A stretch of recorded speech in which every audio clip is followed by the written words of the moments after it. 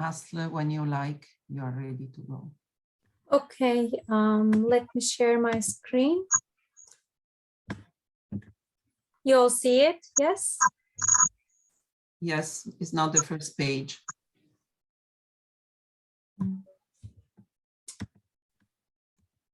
Okay.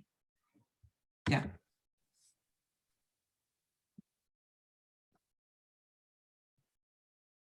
All right. Hello, everyone. Welcome to our PechaKucha event today. I know everybody's joining in from a different time zone, so good morning, good evening from wherever you are. I am going to be the host today. My name is Asli Suner, for those who have not met me before. I'm an architect based in Istanbul, but I'm also part of the team of Nature, Art and Habitat. As many of you have in contact with NAHR before, you already have a sense how it works. It's an eco-laboratory of multidisciplinary practice that aims to unfold and display a sensitive type of culture that relates to nature as a source of inspiration and a measure of available resources. We aim to support the development of nature-inspired projects, ignite conversations such as the ones we'll be having tonight or today, and spark possible future collaborative research. This past year has been very extraordinary for all of us. We've been engaged for a long while with this topic of interdependence between species, animals, and coexistence. Which we felt was also very relative to these interesting times we've been going through.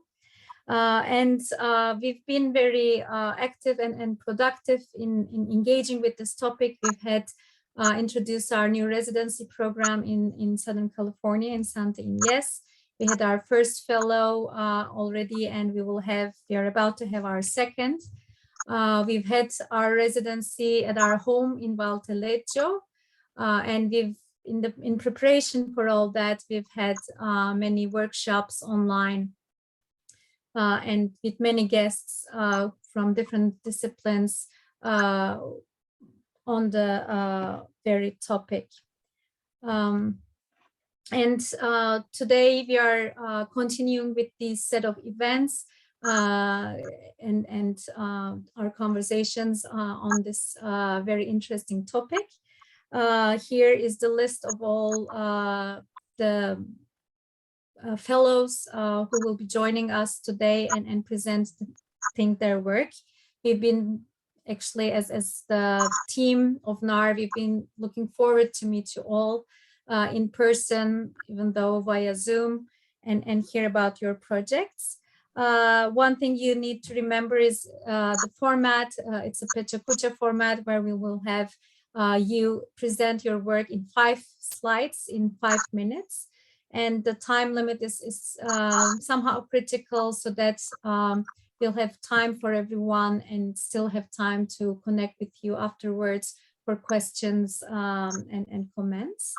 This is the order we'll go, and for some of you we'll share the screen, and some will share their screen. And as we go on, if you basically cannot finish on time, we will warn you, but also might have to interrupt you if it passes beyond the 5 minutes.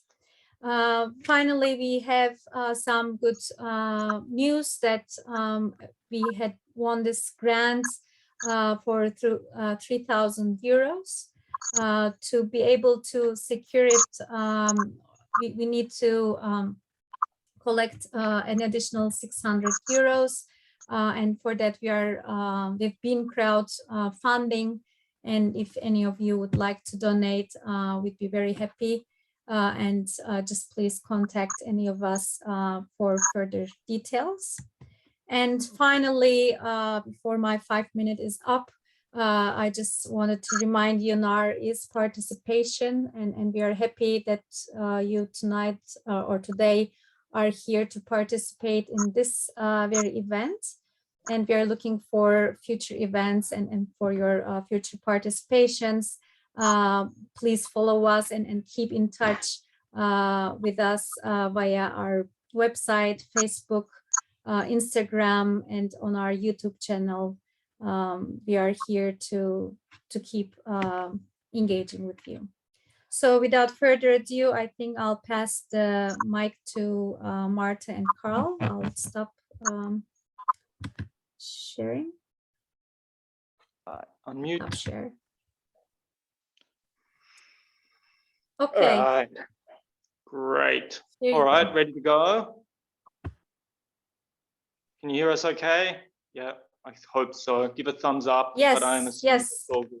Okay, sweet. Please go on. Well, to kick things off, and you'll change the slide every minute, I hope. And if so, if not, just change it every minute, and that way I'll know what to say. So we're Marta Romani and Karl Logge. That's Marta, I'm Karl. You can see various visions of us here as we go about our practice. We started working together in 2012 after we met at Città dell'Arte, a project called Unide run by Michelangelo Pistoletto. And that kind of era of our practice was based around myself working mostly in Australia. I'm from Australia in Sydney, and doing mostly installation and live art type projects and also working in a particular field of futuring and design, whereas Marta had a background in animation, both classic and digital, as well as working a lot in various educational contexts. After Uniday, we went on to start working together on projects in a similar vein, but at a certain point, we relocated to the island of Sardinia, the island of Sant'Antioco in Sardinia, to become students of a master weaver. And through that, we kind of reformatted our practice towards what we call the ancient art of weaving. We use that as the basis to approach the interdependence between species theme in Valtaleggio around looking at these forms called the roccolo. And a lot of our experience at NAHR involved moving through the territory, using a lot of the techniques that we use to kind of gain a sense of territory, which includes collecting and gathering plants for natural dyes, weaving and spinning different fibers using the fuso, and using that to start conversations with different people that are around us, that see us working in this way. So we also visited different museums connected to also spinning and weaving, as well as we were very interested in this kind of tradition of hunting and catching certain migratory birds that pass through the valley. And for many years, these towers, only the towers are left over, but there were these quite complex systems of kind of traps that kind of knitted trees together. They literally wove the trees together, and through this hide, which you can see as the vision here, kind of looked out onto the scenery. And we imagined through the construction of these small bags that you see here that would hold the bird calls, because these people in these roccoli would literally kind of create a symphony of birds to attract the ones that they wanted to catch in an era when, at the end of winter, springtime, basically, if you couldn't catch what you were going to eat, you starved. So through going through this particular past interdependence, we imagined a future interdependence. And this is predominantly where our work went through the gesture of weaving, the gesture of catching, the gesture of trap making, and the gesture of the gesture of netting. So we inspired to the nets that we find in the museum around the Valtaleggio to create an artwork called Head Net, and then we created another artwork instead inspired by the structure of the roccoli. When they were ready, we brought them back to the nature, and especially in the the landscape around one of the roccoli that we found really, really special and evocative. And we created a performance that became a video, and these are some of the images that are is being captured in that occasion. And so the artwork became the pretext to make the performance happen live. And so the camera was there, and we were moving in the space. And the artwork is being used to connect with the nature, and the sound is being very important, is being recorded, and is part of the video. This is instead the last day, the presentation to the community of the project, and the artwork is being used to connect with the people of the community, and it became a game to be exchanged. And to experience the headnet vision, no? It gave the occasion to the people to experience the view through the net. And we created a series of portraits with the community, the visitors, the other artists. And we also set up our weavatorium, so we did a lot of weaving, also with kids that arrived, which is something that we always do in all our projects, is always passing certain gestures to the participants.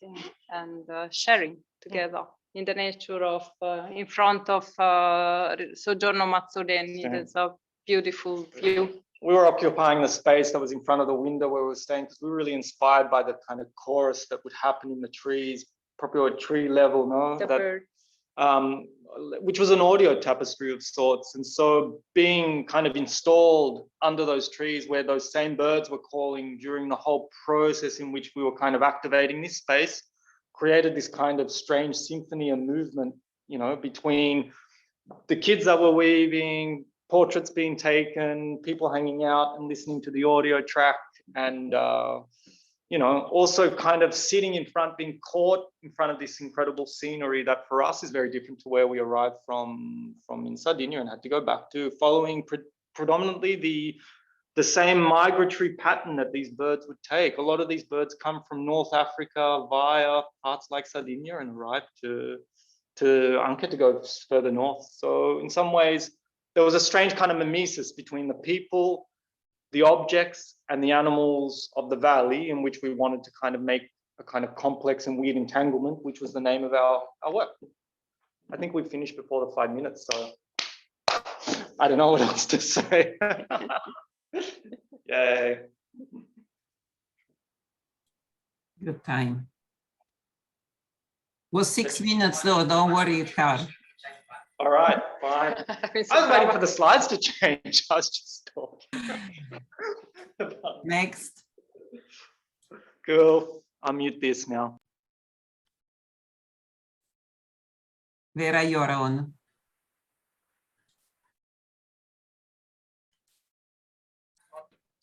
The audio on is better. Okay. So good morning or good evening, everybody. I'm Vera Pravda, and I'm an independent relational visual artist. Relational because my practice is based on relationship and on cooperation. So usually I confront aspects of human impact on environment and on society, and I crystallize the visual reflections through the means of decontextualization and appropriation of languages, such as from marketing or other fields like economics or politics. And all my artwork, installation, art interventions, mural paintings are intended as constructive actions to intervene positively with contemporary society. So the goal is to allow the viewer to elaborate their own point of view and a multitude of point of view and ideas. Increasing awareness and hoping to intervene positively in contemporary society. So here you find my picture with some text, some books that I very love. For instance, Donna Haraway, but I could quote also Rosi Braidotti, and all these kind of topics. In my research, I thank NAHR, and because I had the chance to fine-tune my research in Valtaleggio. And so I started working with images and the linguistic research, and I asked people to tell me in the dialects and in the languages they knew the phrase of interdependence. So you are me, and I found out a lot of meaning of this phrase and a lot of way of say that. For instance, in Chinese, in dialects, of course, in many dialects, because in Valtaleggio there are many ways to speak the Bergamasque dialect. And so the output were some artworks, relationship and awareness. And here you find some mirrors. Here you see an animator, and here it is to the Hernani Boedgheri that we saw there. And so I mixed the image with the phrase in the different languages. And also I mixed the phrase and the image with the landscape with this banner. And Tete se me is in Sottochiesa dialect, for instance. And here you find another banner in Soggiorno Mazzoleni. And this project is going on, and so started there, but it's going on in many other places. For instance, in a project, in a group project with Claudia Zanfi that we exposed in Mantua and in Modena at the Festival of Filosofia, so Philosophy Festival and Literature Festival, and in other places as in Bergamo, Spazio Giacomo at Accademia Carrara. So the project is still going on, and it is a relational project. So I am very happy, I'm very thankful to NAHR to have the chance to conceive and to fine-tune this project there. Because this is going on, becoming bigger, and is very interesting to start well. So I'm very happy of this. If you have questions, of course, and thank you, Vera. We are going to do a Q&A at the end of all the presentations. So for the ones of you that can stay, after the 10 presentations, we are opening to a conversation. okay. Thank you. Thank you. Thank you very much. If you could please stop sharing, and Tami. All right, let me try sharing.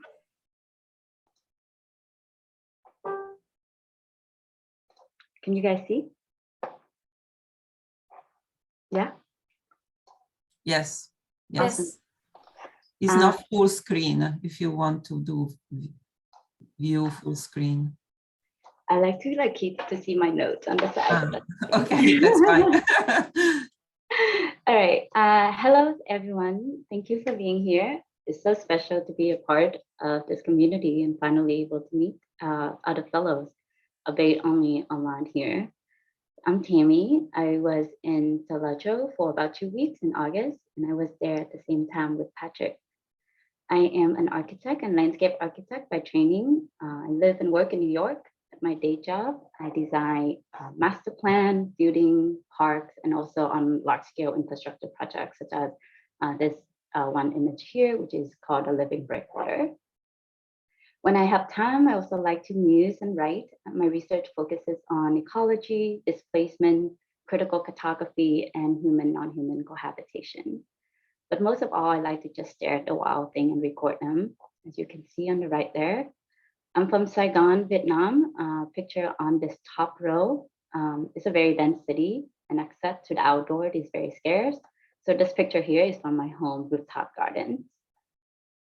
So you can only imagine my excitement when I got to Valtaleggio. To me, it's such a magical place where you can just wander in the forest forever, from place to place, which is very different than my hometown and where I live now, which is New York. I spent the first week just observing and taking in everything that I saw. I waded through the stream and river. I sat in the field for a long time while butterfly and bees buzzing around me, and very thankful to have that chance to sit there and observe. I witnessed a fire ant kidnap, this is a dragonfly, and then drag its huge body across the forest floor. I followed the path of this nail for a long time. And then I also made friends with these chocolate Arion, which is like a type of slug in this area. This one made a home underneath the canopy of these sheet woodtop mushroom. And then you can see his like iridescent slime kind of like trailing everywhere on the forest floor. I find everything to be very fascinating, and I can go on and on about it. But I will tell you a little bit about my project. It's about frog, and it's about their vision. Been around since before there was dinosaur, and proceeded to outlive these ancient giants. Amphibians now have the unfortunate status as the most endangered animal in the world. 40% of the amphibian species are threatened with extinction, and many more are disappearing without ever being discovered.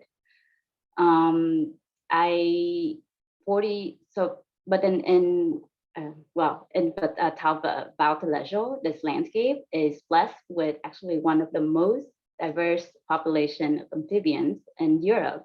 It's because of the landscape, right? The variety of the condition, the abundance of water, and the lush forest here.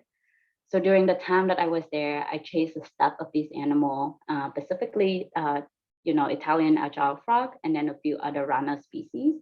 And I will tell you a little bit about it. This project really is, the goal of it is to invite viewers to see Bao Telejo through the frog eyes and to recognize the rich environment that make up their habitats. I traced their habitat from the riverbank, which is the most unconstructed environment, to the edge of the lake, which is also located on the high pasture, to the most constructed habitat, which is these concrete water tanks that dotted the whole landscape everywhere. The frog vision offer a view of the landscape that often go unnoticed, yet exceedingly vibrant and full of life. The soil, the small rock, the water, the beach, and bird litter, where the frog can hide from the predator, the sassafrage lacy foliage that offer refuge from the sun, the small pond with leaf on which they lay egg, the tangle of queer duckweed among which the tadpole dwell. In Gathering Moss, the author Robin Wall Kimmerer found, quote, "Moss is to be a vehicle for intimacy with the landscape, like a secret knowledge of the forest," unquote. And looking for them teaches her how to look. She also said, just at the limit of ordinary perception lying another level in the hierarchy of beauty, of unseen life complex and beautiful. And I think that the vision of the frog, these ancient and wild animal, also taught me so much about the immense landscape of the valley here. The final presentation consists of these technical drawings that you saw and diagram of these 3 typological habitat of the rana species, and a primitive version of a panorama, a long drawing of the element of the forest floor where the frog lives. The proposal is rooted in the belief that an ontological shift requires a perceptual shift. The displacement of the human-centric perspective allow us to experience Bao de Leisure in a novel way, to consider things that might have been overlooked through human eyes, but just as essential to our collective experience, and to discern connection and processes lie latent in this landscape, invisible to us, but intimately palatable to frog and their amphibian relatives. I'm very, very thankful for this experience. And this is still just, clearly said, work in progress. So I would like to explore this for a little bit more as I go. Thank you. Thank you, Tami. Okay, how do I stop share? Thank you very much. Meri, you're on next. And when you're ready, you're muting yourself, please.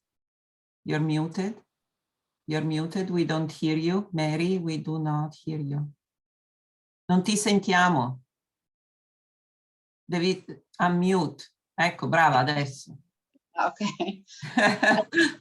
Hello everyone, my name is Meri Gorni and I'm a visual artist. My work from photography to video, from drawing to performance and installation revolves around the word, written and read. I like reading, writing and drawing. But during the pandemic and lockdown, I started drawing animals and they became the main subject of my work.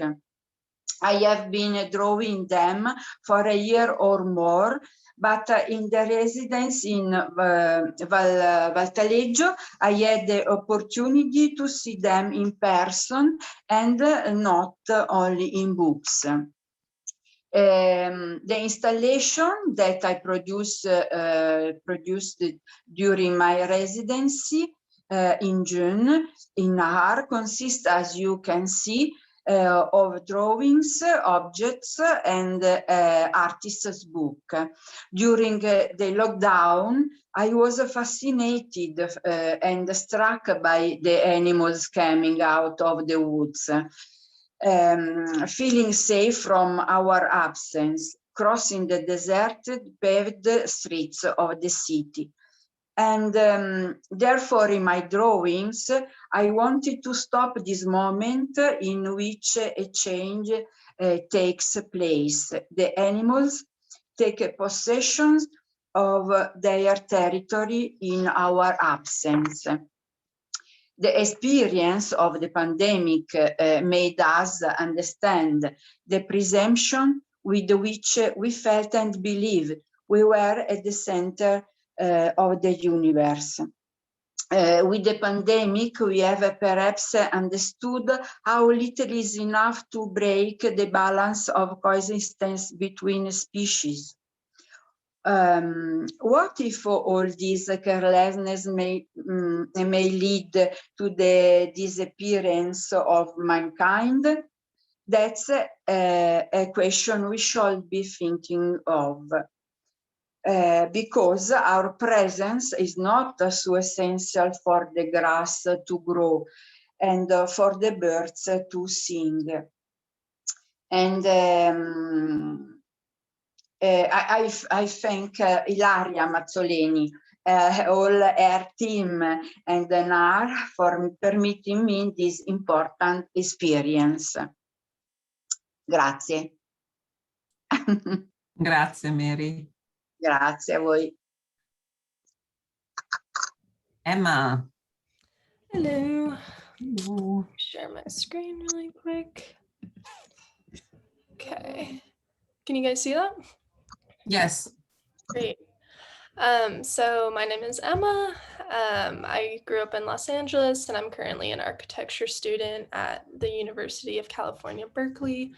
And I'm doing internships right now and working in the architectural field. And I'm very interested in environmental design, ecology, microbiology, photography, and painting. So NAHR was this lovely opportunity to kind of bridge all of these interests of mine. And I found NAHR pretty randomly through an architecture podcast, actually. So it was really lovely how it landed in my life. I was in the July residency, and it was just like a really, really lovely time for me to focus on all of my interests without there being kind of the limitations of school or work. But I came with like a very loose idea of what I wanted to do. I just knew I wanted to spend kind of an extended and really conscious time with like a single tree in the valley that I chose when I got there. And I wanted the work to be very rooted and without technology, just because while I've been in school, it's just been a lot of making decisions based off of digital conditions and a lot of unrooted work. So I really wanted it to start from this kind of this grounded place. So the nature and the culture of Taleggio was a lovely place for me to start. So my work, what I ended up doing was I sat with this one walnut tree, which the scientific name is Juglans regia. And this is a picture of it on the side. It's right in front of the Mazzolini apartments. And I sat with it for 2 hours a day for about 10 days. And the goal was just to kind of spend this like really conscious time with it, not only as like watching it as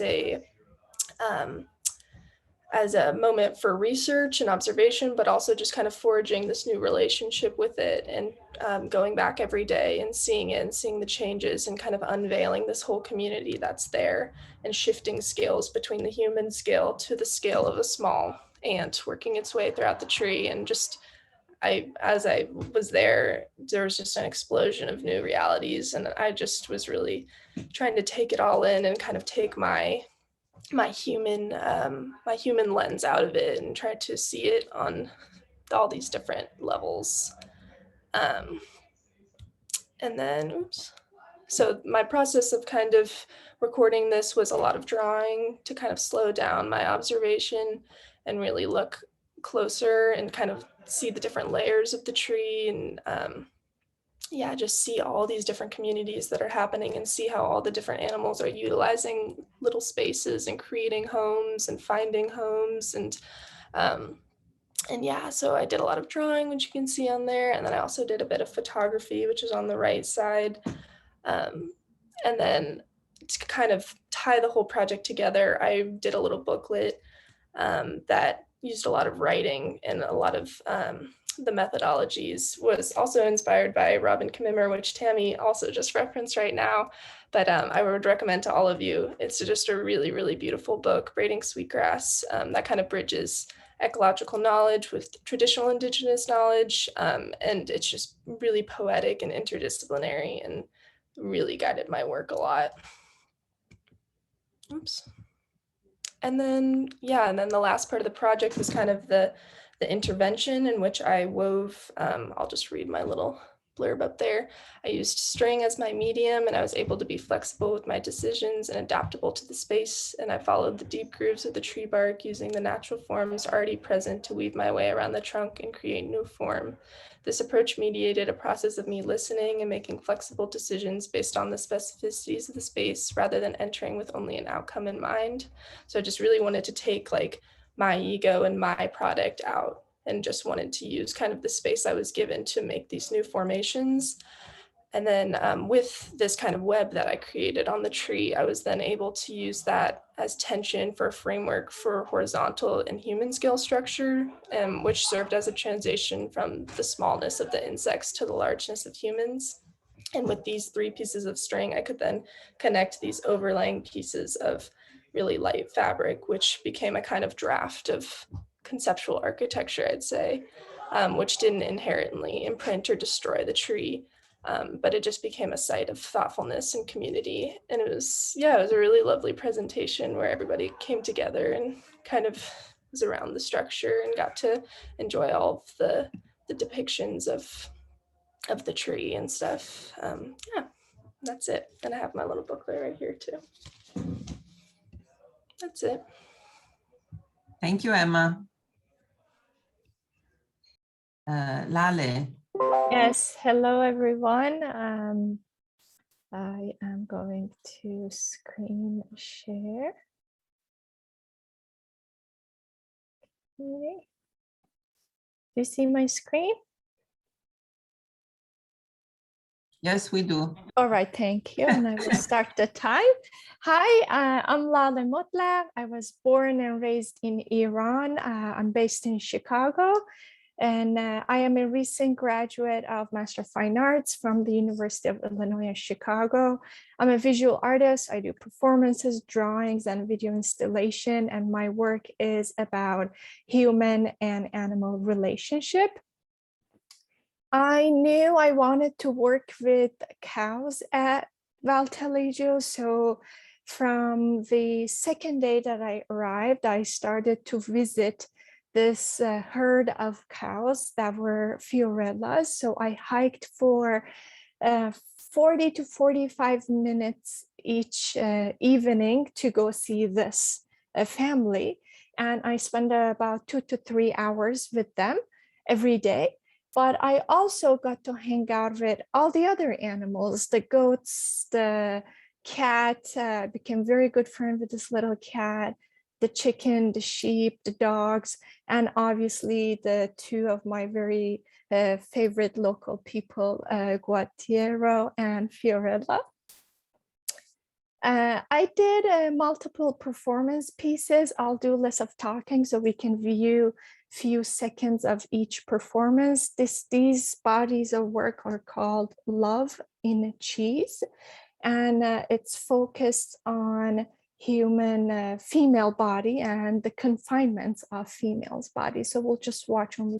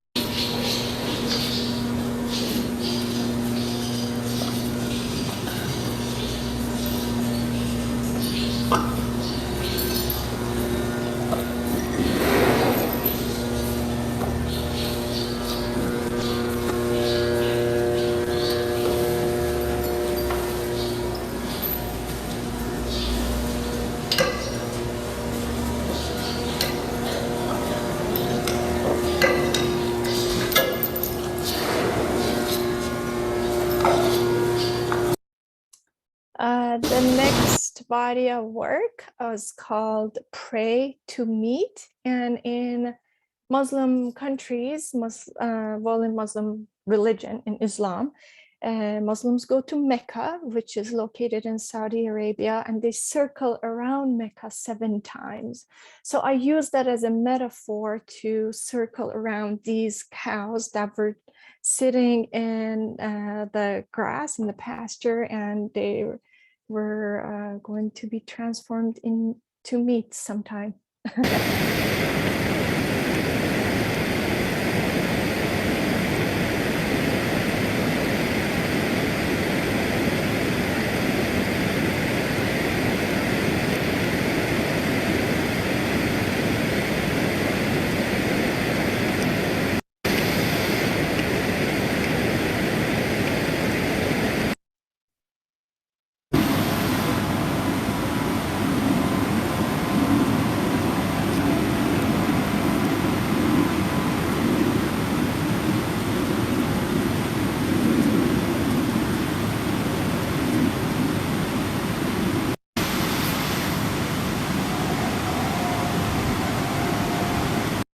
I was very close to these cows that even the locals were surprised at how on earth I got so close.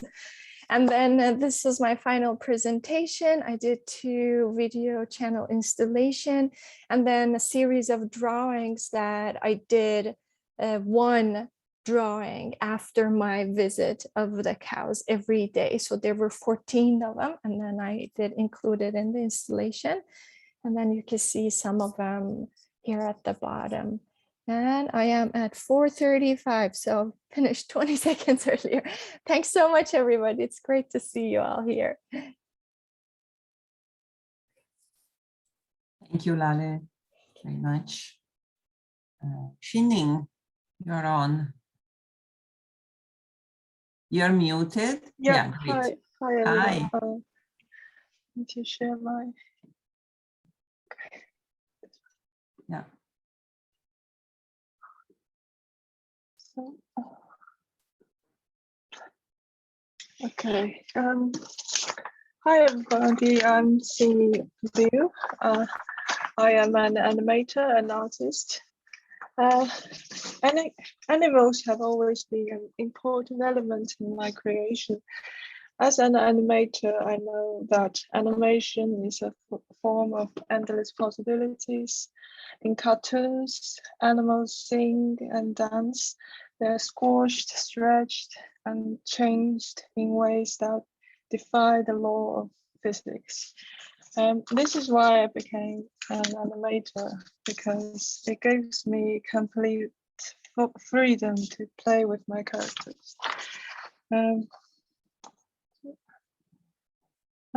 So during 1 month at NAHR, I tried to establish a connection with the local people and understand their relationship with the animals. I visited the cheese factory, met with local farmers and took part in nature walks in the valley. During my walks in the valley, I tried to see myself in the animals. I feel that we humans are animals, and by observing the animals in the valley, I wanted to reconnect with my animal nature. I wanted to understand how we might behave if we were not burdened by the rule of civilization. During my time with NAHR, I felt very welcomed by the local and by the other residents. With them, I enjoyed sharing experiences, ideas, and also the delicious cheese. So, in my animation, it's a stop motion animation. The man is reluctant to accept his animal nature. He places his hand on the cow and he's trapped. Slowly he's drawn into the cow until they're fully merged. By this, I want to show that a person cannot easily escape the animal inside of them. We know that we are a type of animal, but we also believe we are very different. We think we do not have a primitive nature, that we are civilized. But I believe in our civilized daily life, our animal nature is suppressed. So,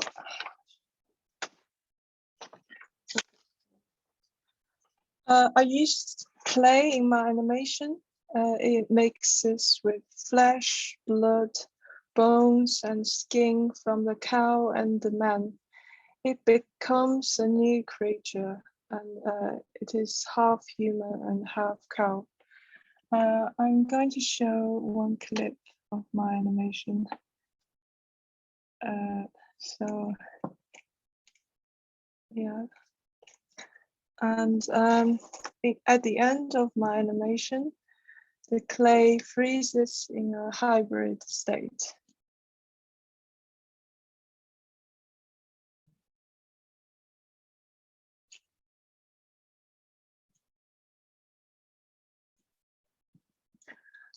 I want people to ask themselves, when observing animals, what do you see? Do you envy animals in their freedom to live according to their nature? So that's the end of my speech. Thank you for listening. Thank you.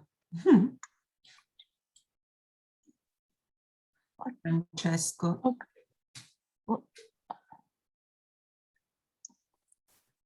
Xinning, when you could please stop sharing your screen, Xinning, so we can share.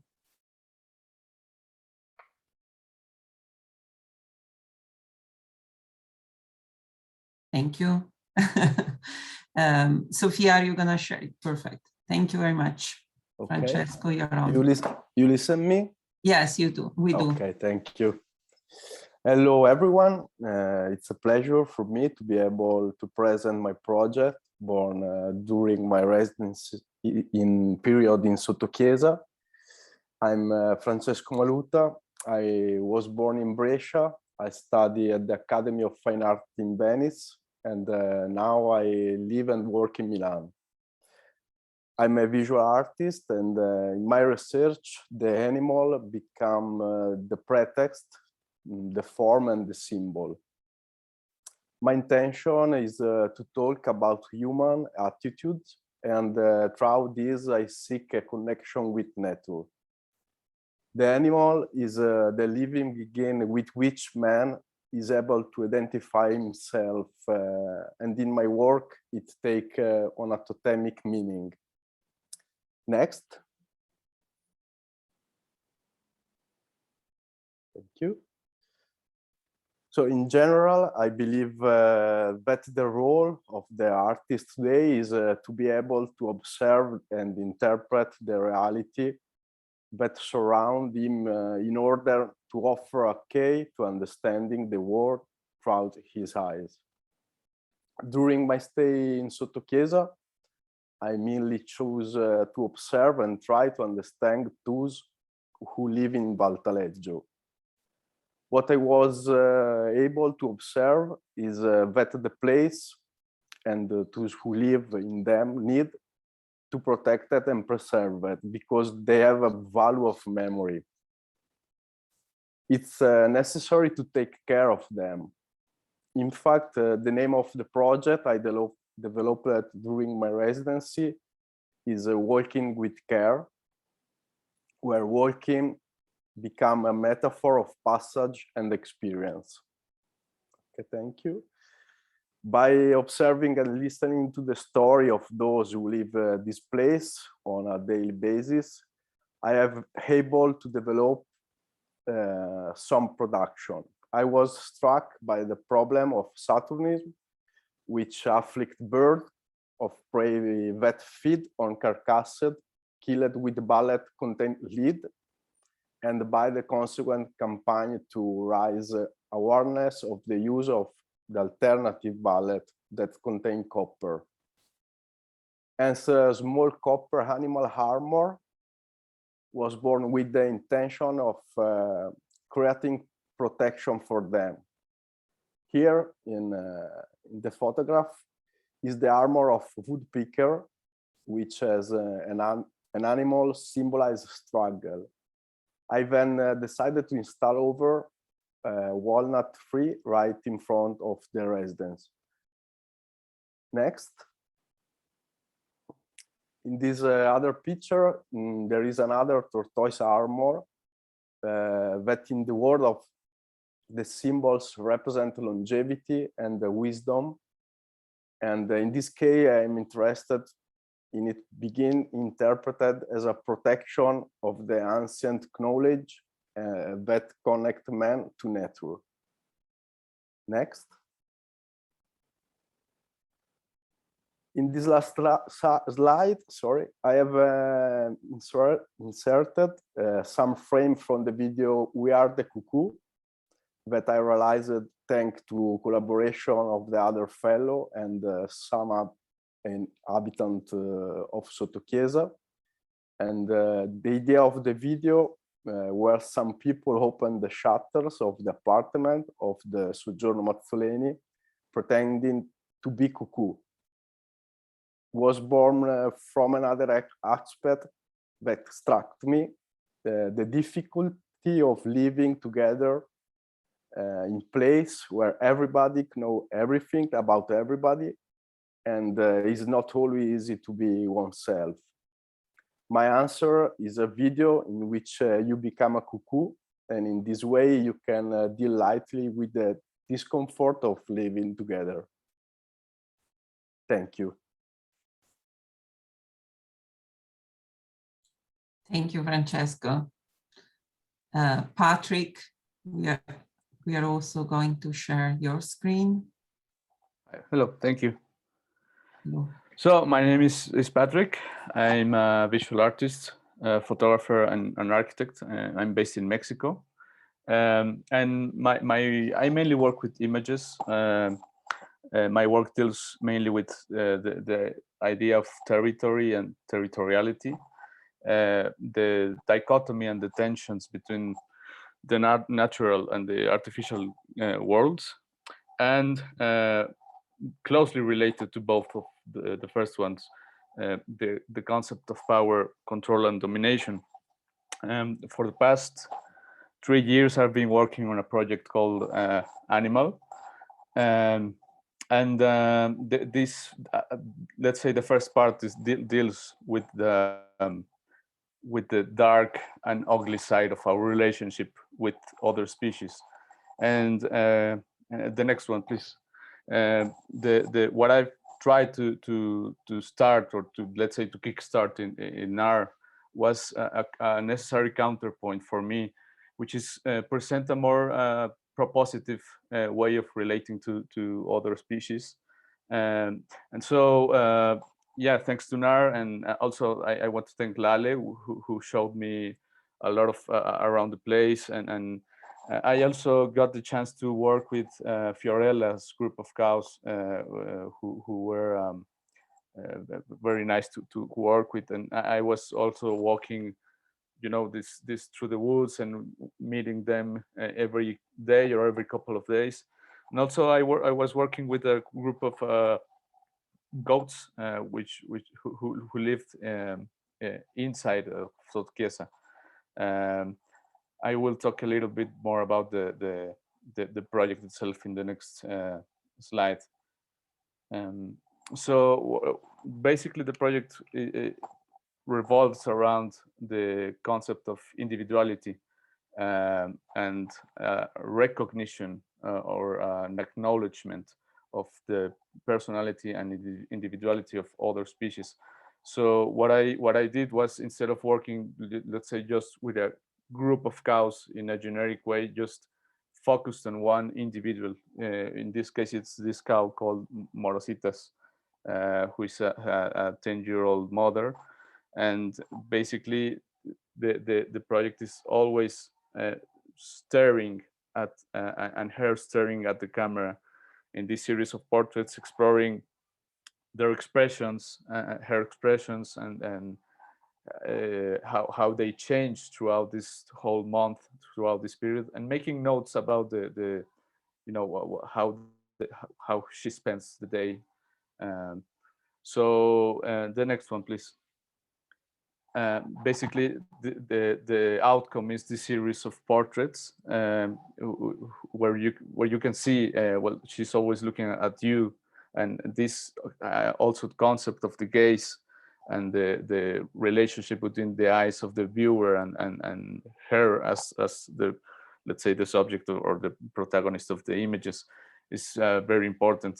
And also what I didn't plan in the beginning, also the body language became important to explore. So these images are meant to be obviously seen like as a group, because you have to you need to have all of these sets of eyes gazing upon you, and so that you can also distinguish the changes in the expressions. And I mean, I would rather let the images speak for themselves.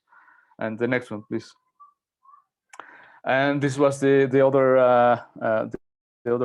guy I had the privilege to work with. This is a goat called Mose.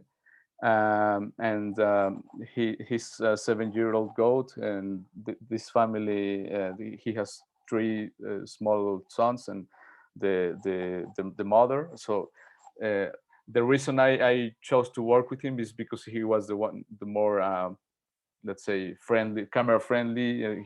He was the more curious one, and he was very you know, he behaved very nicely in a way as the protagonist of these portraits. And the same was with Morositas, the cow. And yeah, the 5 minutes are up, so thank you. Thank you, Patrick.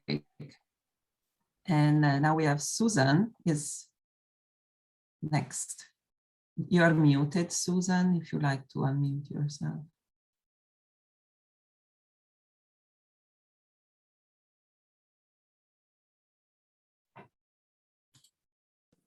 Yeah, let me just share my screen. Yes, please.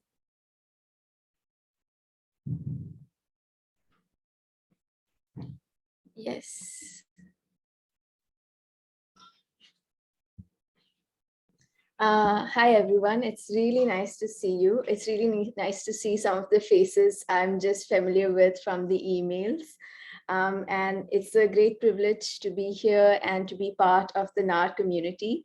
It's been so amazing. It's just been, I think, half an hour or so, but it's been so amazing to hear about the different artists' work and to hear about how multidisciplinary these practices are and how wonderfully theory-oriented it is for somebody like me.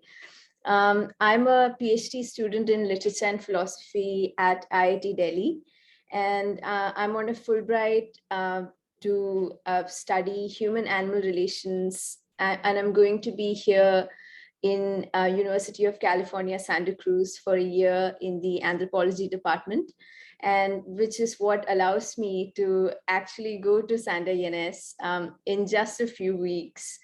And my thesis studies human-animal relations in India in the context of concepts like care and community. And my project for NAHR is titled Interdependence through Community, Co-Living in the Anthropocene. And one of the central concepts of my work, which I try to think through, is the idea of the Anthropocene and how rooted in the idea of man it is. And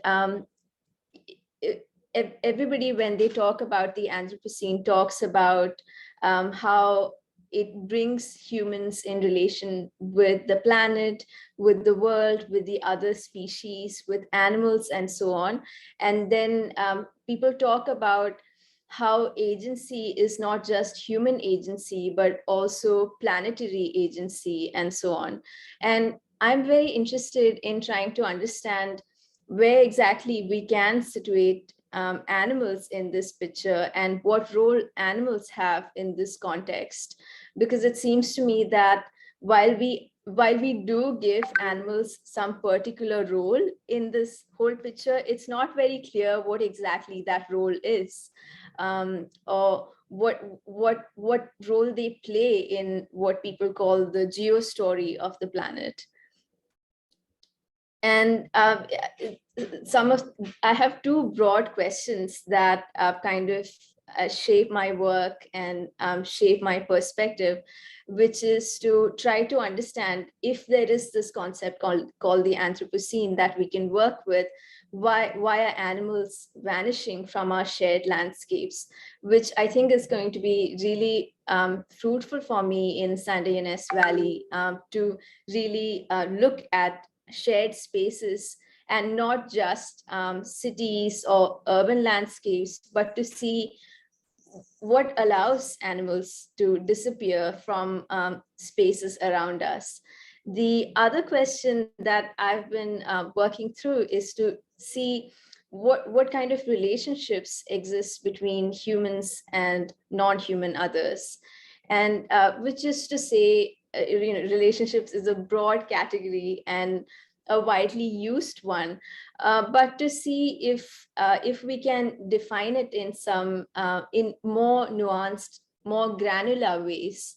If we can define or talk about relationships in ways other than human relationships, such as friendship or companionship, or just living together or community or something like that.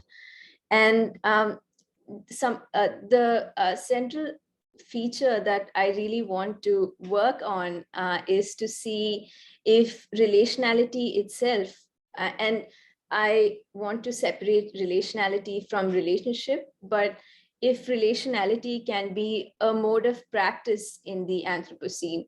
And what I'm planning to do is actually to situate myself in a long tradition of nature poets, painters, and artists who have just been in the landscape and who have used this kind of immersiveness in the landscape so that the landscape can speak to them, except I'm hoping that instead of the landscape, the animals will speak to me.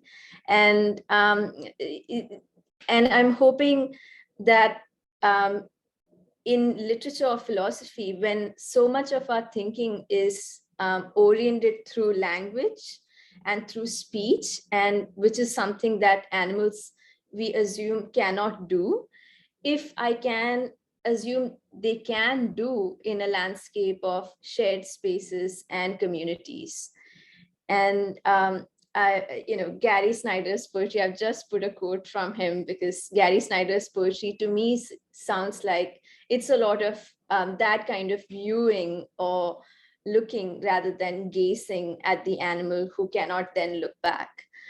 And one of the metaphors that I've been really working with is the idea of the Indra's net, which is, as one of the artists, also their project is titled A Weird Entanglement. And as the title of the NAHR this quarter also suggests, interdependence is such a central theme when we think about our relationships with animals. And sometimes I wonder if that is anthropocentric in some way at all, like to say boldly that we are interdependent and we are interconnected is also to assume that they are in fact connected to us. And I just want to briefly tell you the metaphor and then I will stop. And the metaphor is also a great story. And the metaphor is that in the realm, in the heavenly realm, there is a god called Indra, and there is a vast net that stretches in all kinds of directions. And in each node of the net, there is a single beautiful, glorious jewel. And each jewel in each of these nodes reflects every other jewel, and they are infinite in number. And the reflected images of the jewels bears the image of all the other jewels from infinity to infinity, which is to say that, so in Mahayana Buddhism, for instance, they would say that whatever affects one jewel affects them all. And this is taken to talk about how there is interpenetration, intercausality, interbeing, and interdependence of all things. And what I want to do in my project of 2 weeks is to see if there is any interdependence in practice at all, other than through what we know from our science textbooks of life cycles, which is to see if in a human community, which is what I am going to be living in, if there is any interdependence from the side of the animal as well. So to wrap it up, I think what really interests me is to see if interdependence is a network that binds us with all other beings. If we can boldly say that we are interconnected with all animals, then how is it possible that there is difference between humans and animals? Why is there difference between this vast network? And if there is difference, then do the meanings of interdependence or intercommunity or interbeing, if these meanings vanish at all? So these are some of the questions, and I'm really looking forward to hearing more about your work in upcoming meetings. Thank you. Thank you, Susan. Thank you, everyone. We finish on time, and we have actually now time to open up to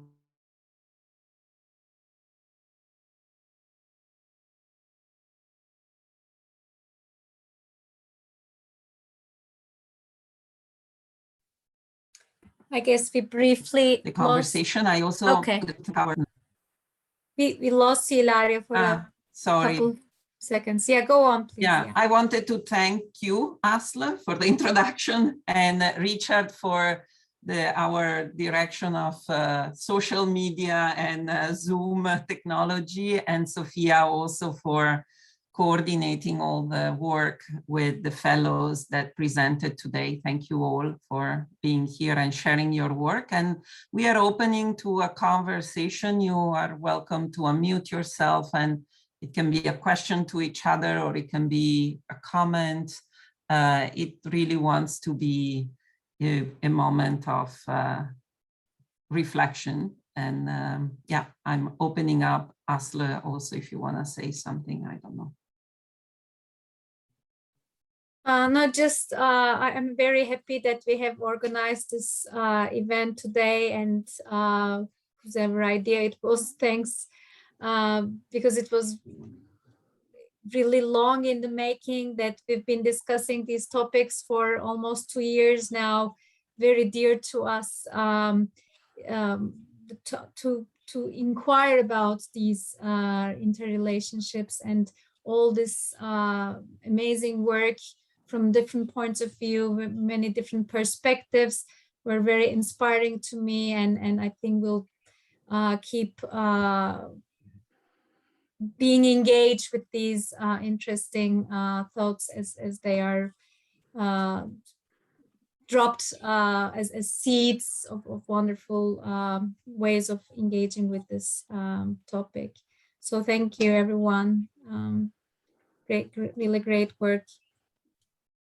Deborah, I saw you. Yeah. Thank you. I also just want to thank everyone who presented. I'm from Los Angeles. I'm an architect, and I work with Ilaria and the rest of the team just in making sure that NAHR continues. And so it's very gratifying to see all the wonderful work that came out of this past summer after, a 2-year hiatus in response to the pandemic. I think it was Tami who mentioned early on the quote that an ontological shift requires a perspective shift. And I think that very much the work we looked at today is searching for what that perspective shift ought to be. And I don't see necessarily strong and clear answers. I see a searching and a conversation. But I'd love to hear more from each of you who spent time at NAHR about where you think that perspective shift is going. How, for yourselves, for your work, for your presence in the world, how does that perspective shift going to be manifest? And then I'll leave it open for anyone to answer.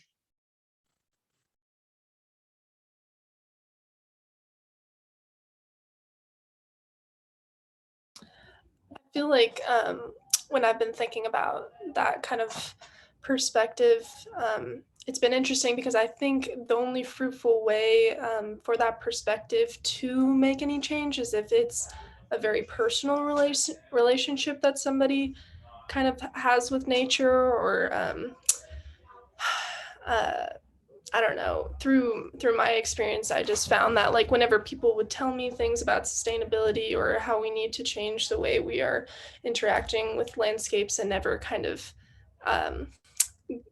hit me as deep as when I actually kind of went and was with nature myself and had these kind of personal revelations about who I am and how I interact with my environment. So I think the difficulty now is kind of being able to like share that with everybody and trying to help people to see that it's something that kind of has to come from within, rather than being told you need to have this kind of relationship with nature and like the landscape around you.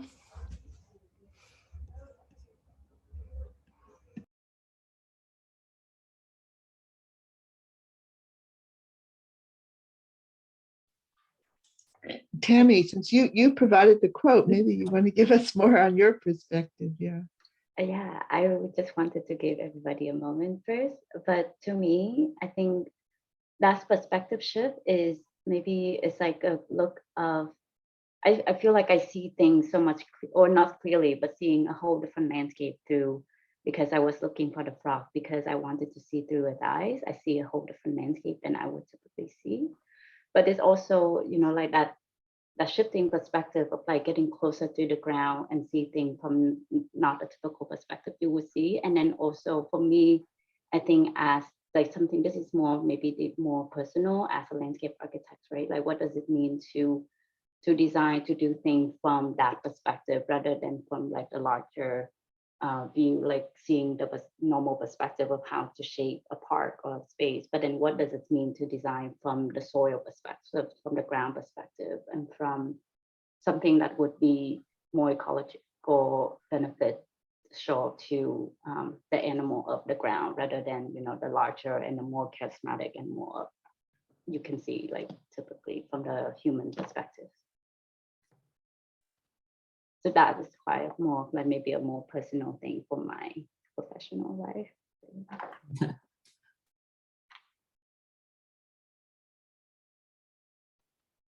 Do you think, Tami, to keep it personal, keep going with you. No, but do you think after coming back, right, you took a break from your office life, right, from being a landscape architect. So shifting this perspective, when you came back, did you carry a seed of that shift, you think?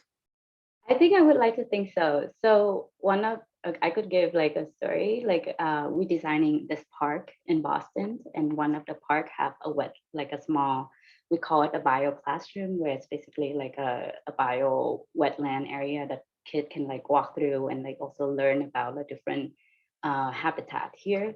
And then when the lighting designer come in, the client would like that area to be lit.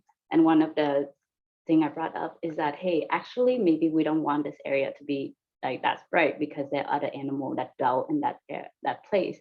And we would also, even though it's a place that we're designing for humans to inhabit, is also need to support a life that is not just human. And so these insects wouldn't really appreciate like a bright area, especially in an area that we're designing. So I think just like things like that, that you become a little bit more mindful of the other species that also cohabiting the space that you're designing. Yeah. I think it's fascinating to see how already some of these projects have activated other projects, right? I think Marta and Karl are now working on a workshop on topics that relate somehow or extend, and Vera is doing the same. I don't know if that's something Francesco and also came back to do a workshop with kids, actually, with young people that live in the valley. So from our perspective, also that small shift or large shift, I don't know, it depends, it's personal. It's quite interesting. I don't know if any of you wants to or has any comments, or it can be also something else if anyone wants to jump on. You're muted, Karl. Okay, the clicking doesn't work. Can I say something? Okay. Yeah. Yeah, I think based on kind of what's been said, and also kind of following the different threads between what was mostly a crew of Italians that came into a territory, and definitely a large crew of Italians that were based in the city and came up to a zone very close to them to experience the not city. And then from what I can tell between the different presentations, like transferring from America, where the perspective we were just discussing with Susanna, like just even the idea of perspective is also a relationship of scale of the person to their landscape. So talking about Los Angeles, we were talking about how bloody big it is. And then we scaled it up a bit more because we were talking about Northern Australia as even bigger. And so on top of that, what you get then when you tunnel down into a new landscape is not only a change of perspective, but the mode of questioning. To come back to Deborah's point regarding to this question of ontology needing to change, is the idea that the famous kind of, or not the relatively well-known but not so well-known philosopher Willem Flusser says that we're entering a mode now where it's not so much that our perspective is changing, but the gesture of how we search is changing. And that changes the nature, in fact, of how we ask questions. Because the mode of searching before scientifically is to ask a question, put forward the theory and try to answer it. Instead, as artists, we tend not to ask questions looking for solutions or answers. We tend to search looking for something else that's driving us towards an outcome that's much more complex and interrelated. And I think Willem Flusser talks exactly about the nature in which that mode of searching is literally spinning around the scientific gesture towards one where it's put in absolute crisis so that the idea of solution doesn't exist anymore. And I think that's why a lot of projects don't necessarily start or stop because they're not contained, but rather they follow a line of thinking, a line of intuition and a line of curiosity that can be sparked by entering a territory and finding certain resonances. That's certainly been the case for us now that we're back in Monastorolo. We can talk about Valtaleggio, we can talk about the bird song in Valtaleggio, yet use that to talk about what it means to think about a river, to think about how a river trap is the same as a bird net. And in some ways, I think on that, you can pick up and have a conversation also with the next generation. So more than this, I'll close there, but that's one of the responses I have for bringing together the conversation so far. Anyone wants to? I'm trying to keep an eye, but unmute yourself. Maybe I would just like to make a brief comment because I think the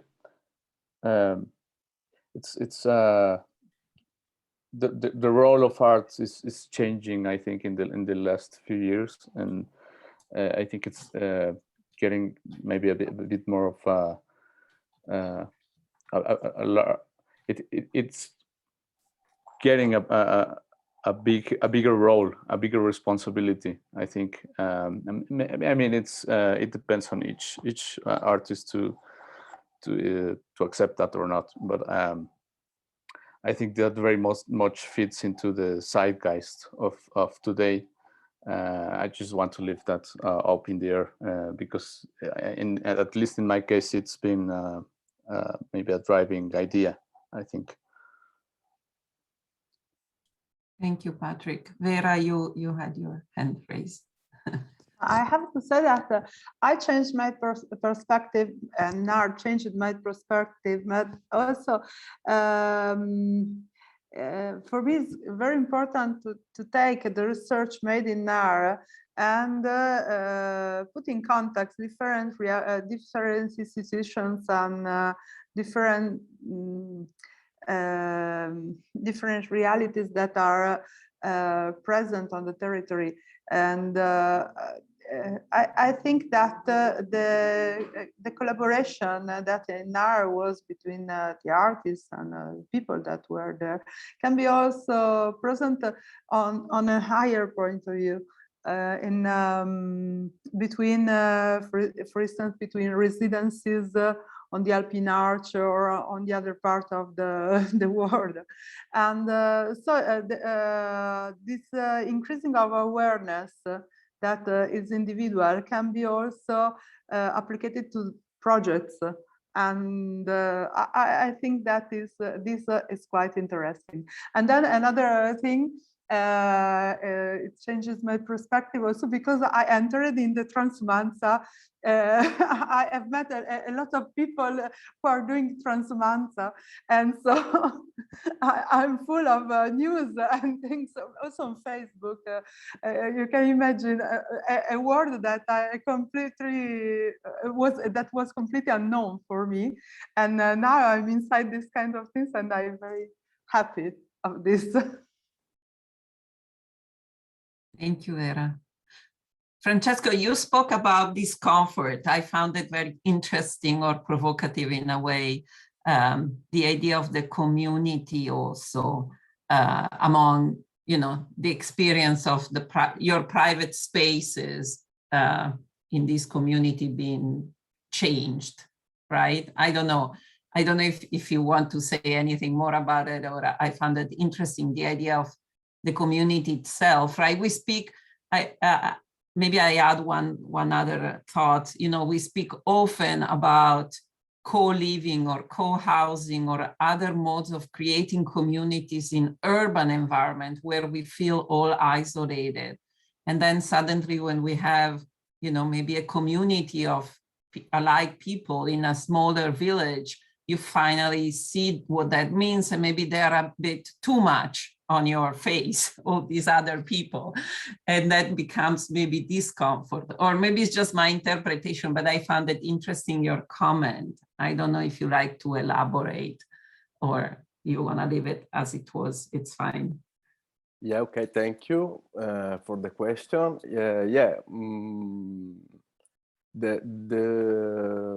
My point of view of this situation is sorry,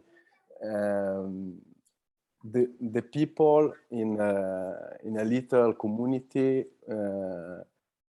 I don't know, I think that use a filter for enter in relationship with other habitant of little community.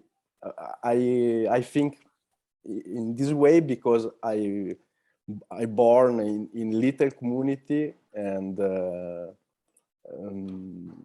my point of view it's in this way, and for me,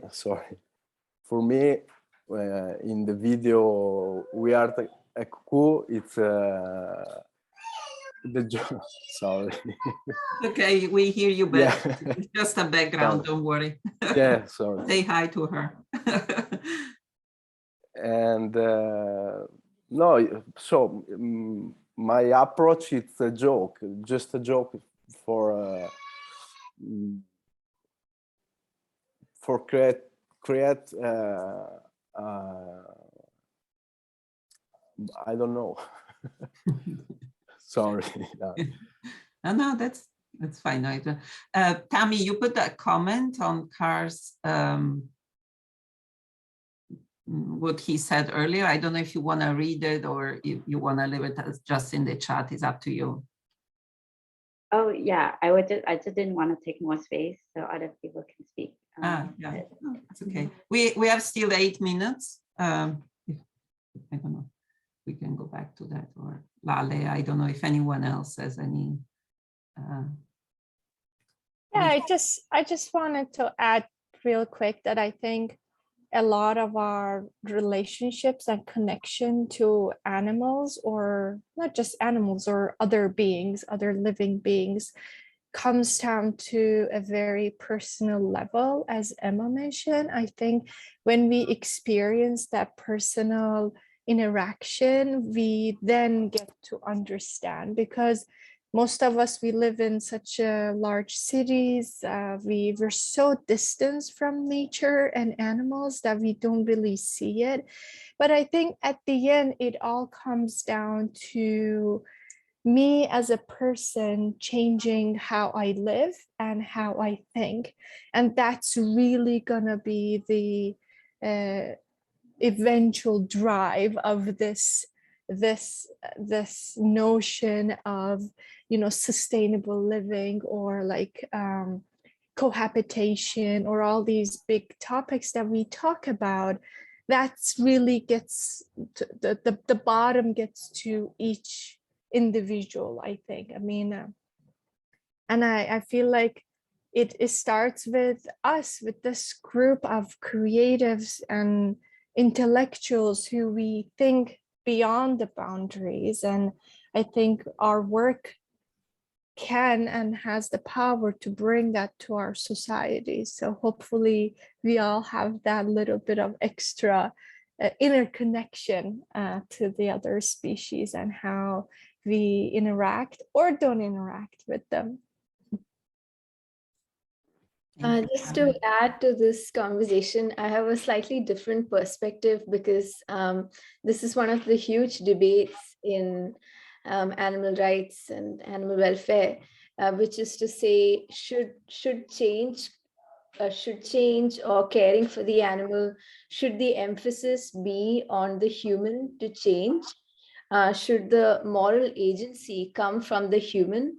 And if we depend on people to change, then can we really trust people to change, or change enough? And the other question that then that raises is that it's to suggest that our relations or our living in the community should depend on simply the human ability to change, is to not leave enough space for animal perspectives or animal lives in some way. And this is not an easy dilemma to resolve. And what I've been thinking is that perhaps to not leave a lot of responsibility on the single individual or the single person to change, because in my work with animal rights activists, the change is not enough. Animal rights activists are always so cynical about what other people are doing, because they have such different ideas of what compassion and what care is. So just if you see a dying animal in on a road in front of your house, for the person living in that huge house, their idea of care would be to simply call the animal activist so that, you know, somebody comes and moves the body. Whereas for the activist or for somebody who loves dogs, for example, that is not the idea of care at all. That would simply not be enough. I think maybe to add to the possibility of personal change, we also need to think about if we can really redefine concepts such as care and community and being kind to somebody, which are such cliched words that we don't really think about what it means anymore. Time, Ilaria. I can add to that if no one else wants to say anything. Yeah, let's, Karl, last comment, and then Deborah, I think, is gonna close for us. Go for it. All right, maybe just to bring together a couple of threads there, because Tami mentioned a bit that I said regarding the notion of lines of curiosity. There was also notions there of the anthropocentric and how we might essentially center the anthropocentric perspective, which is one that's always shifting, and in that respect, it does work literally like a net. You pull one knot here, it's going to change another knot over there. And so literally the idea of ontology, how we construct our world, our modes of being, if we want to kind of hit the nail on the head, anthropocentric thinking is essentially predicated by Eurocentric thinking. And yet humans have existed in this capacity to world for nigh on 100 million years in modes that have been as diverse as we can imagine, and even lost in a mode that only now has become so compressed that we can talk about the Anthropocene as if it's a shared dimension. And so in that respect, as always, kind of because my interest is always in hiding, so if we're going to talk about ontology, I guess art is ultimately a process of making something that is hidden become revealed. And so it's not necessarily one of being d'accordo, being in agreement with each other about whether it's individual or collective. Both perspectives or both entities, the individual, the collective, the group, the difference and the same, have the capacity to reveal something that is always hidden. And I think ultimately in dealing with the animal as the so-called other, also they have something to show us that is hidden inside ourselves. And I think in a project like NAHR, with the differences that are involved in coming and going and continuing and rethinking, that process of revealing, that aletheia is what's at work when the artists do their work best with, usually with, and someone that's not them, which includes both people, place, and also other species. So with that, I'll close and leave together. Thank you, Karl. Well, again, I just want to thank everyone who went to NAHR and reflected so deeply on the environment that you had the opportunity to be part of. This discussion about how much of it comes from personal perspective shifting to a larger societal shift, I think it's very important. It's very important to me because while these kind of small group conversations are important, the destruction of the environment is happening at such a huge scale that the shift in policy, in approach to the kind of design work that Tami, you talk about doing, the work that I do, I think is, we don't have that much time to change the approach. So the interesting thing about NAHR and what many of you saw there is in many ways, it's very close to urban environments. It's a community that's lived in close cooperation with its natural setting, the animals, the water, the nature, the frogs, whatever else is seen there for many thousands of years, and clearly has also evolved in how the residents relate to nature and live off nature and survive in collaboration with nature. So I guess my feeling in listening to all of you is that it proves the value of NAHR. I see once again in the work you each have done, really how valuable this residency is. And personally, I want to thank Ilaria for this incredible effort to get people there this year with all the unknowns of the pandemic and whether people could come. And so I look forward to staying in touch. I look forward to seeing all your work evolve. I look forward to seeing you at future NAHR events. And with that, I'll turn it back to Ilaria for final words. No, thank you, everyone. Thank you, Deborah, and everyone. It's wonderful to see you all. And I've been privileged enough to meet you all in person. So that's my special treat. And stay in touch, and we'll continue. Susan is coming next to California residency. So thank you again, everyone, for being here on a Sunday. Bye, everyone. Bye, thank you. Bye. Bye, thank you. Bye.